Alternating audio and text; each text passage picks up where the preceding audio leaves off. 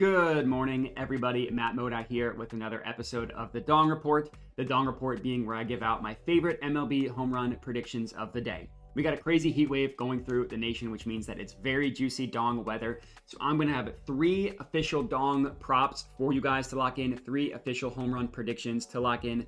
I'm also going to be posting a round robin as well, so make sure to follow me on Twitter where I post the round robin. I also will be posting it to my Dub Club as well. So if you're interested in even more players on Dong Watch, check out the Dub Club. But for this specific video, again, I'm going to have 3 for you guys. Before we can get into that, I just want to do a recap from yesterday, which ended up being a fine day overall. I gave out 4 home run predictions yesterday. I got one of those 4 to cash.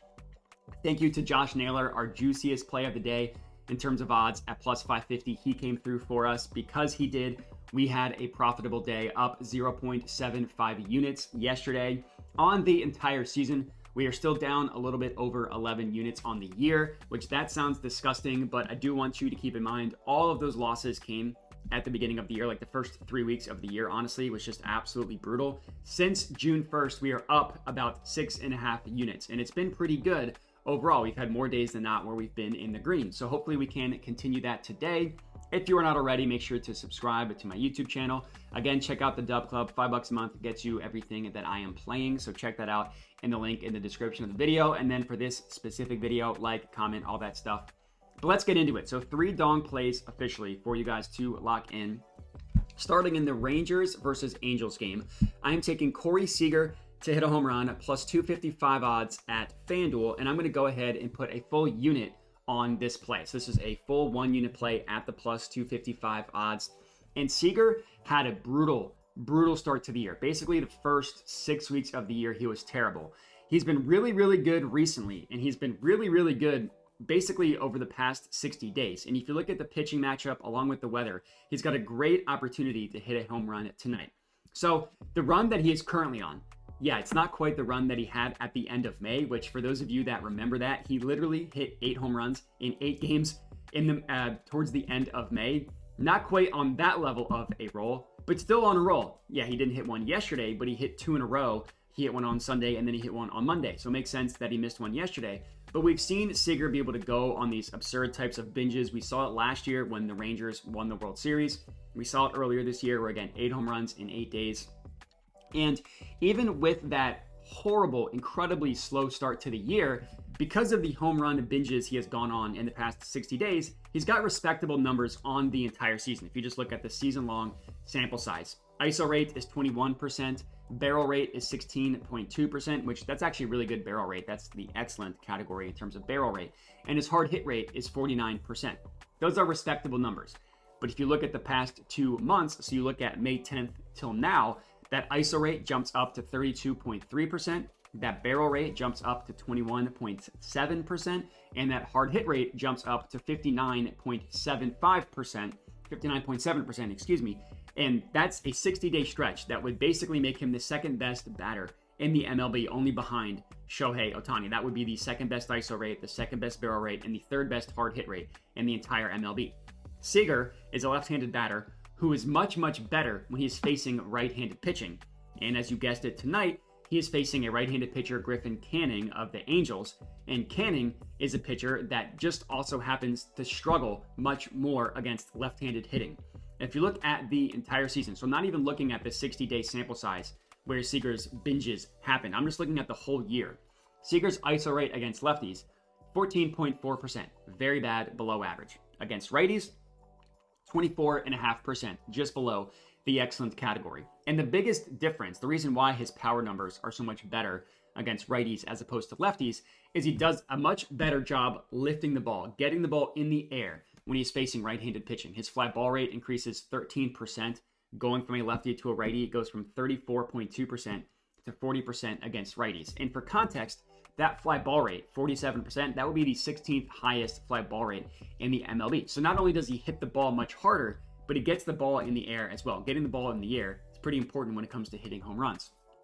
And then when you look at Griffin Canning, he's seen about the same number of righty and lefty hitters, slightly more lefties, but basically like 51% to 49%, like that close. And when you think of that, the fact that he's seen equal is what I'm trying to get at, is 10 of his 17 home runs have come against lefties. So he allows a little bit more power to left-handed hitters. And in general, Cannon is just a pitcher that you can hit for power. He allows a barrel rate of 8.2%, 28th highest barrel rate in the MLB.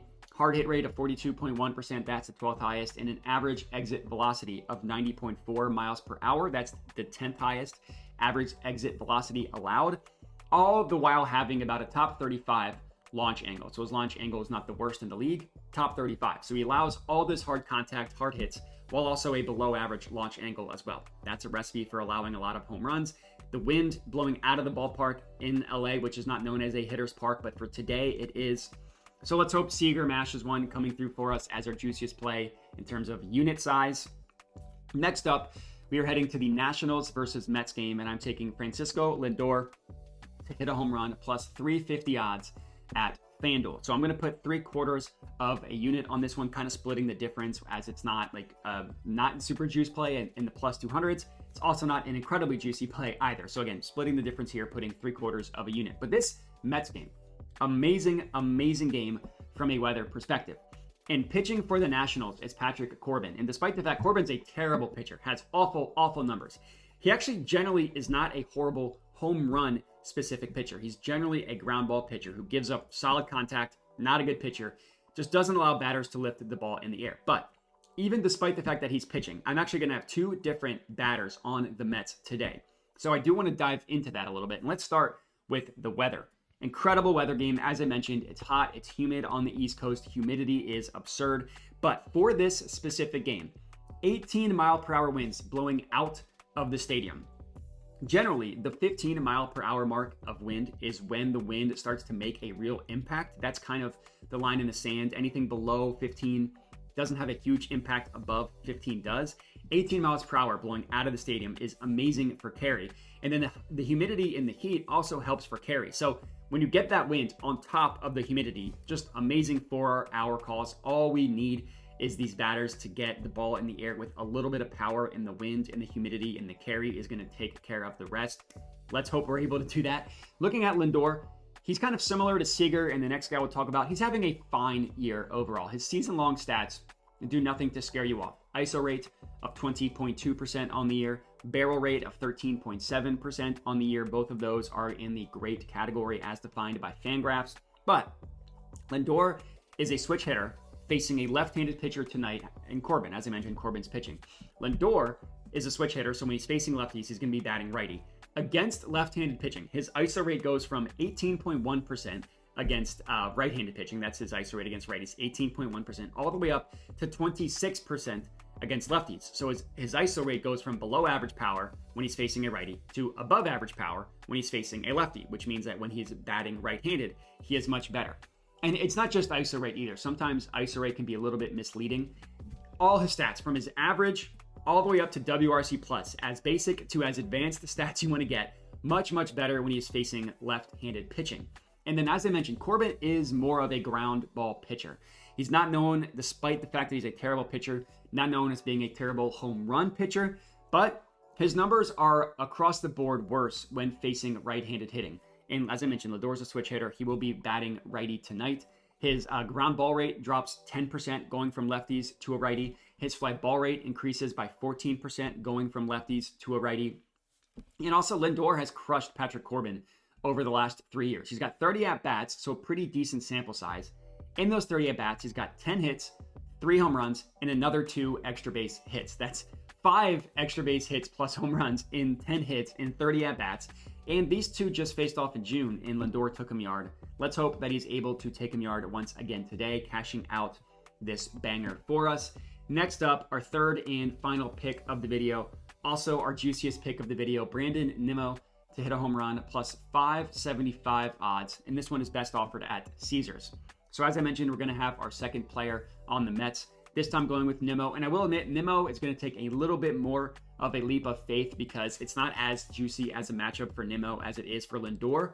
That's also why we're getting significantly better odds at plus 575. If Nimmo was at plus 400, I wouldn't be betting him. At plus 575, I think there is some real value to him. And Nimmo's a left-handed hitter. So we don't have the benefit of Corbin going up against a righty like we did with Lindor.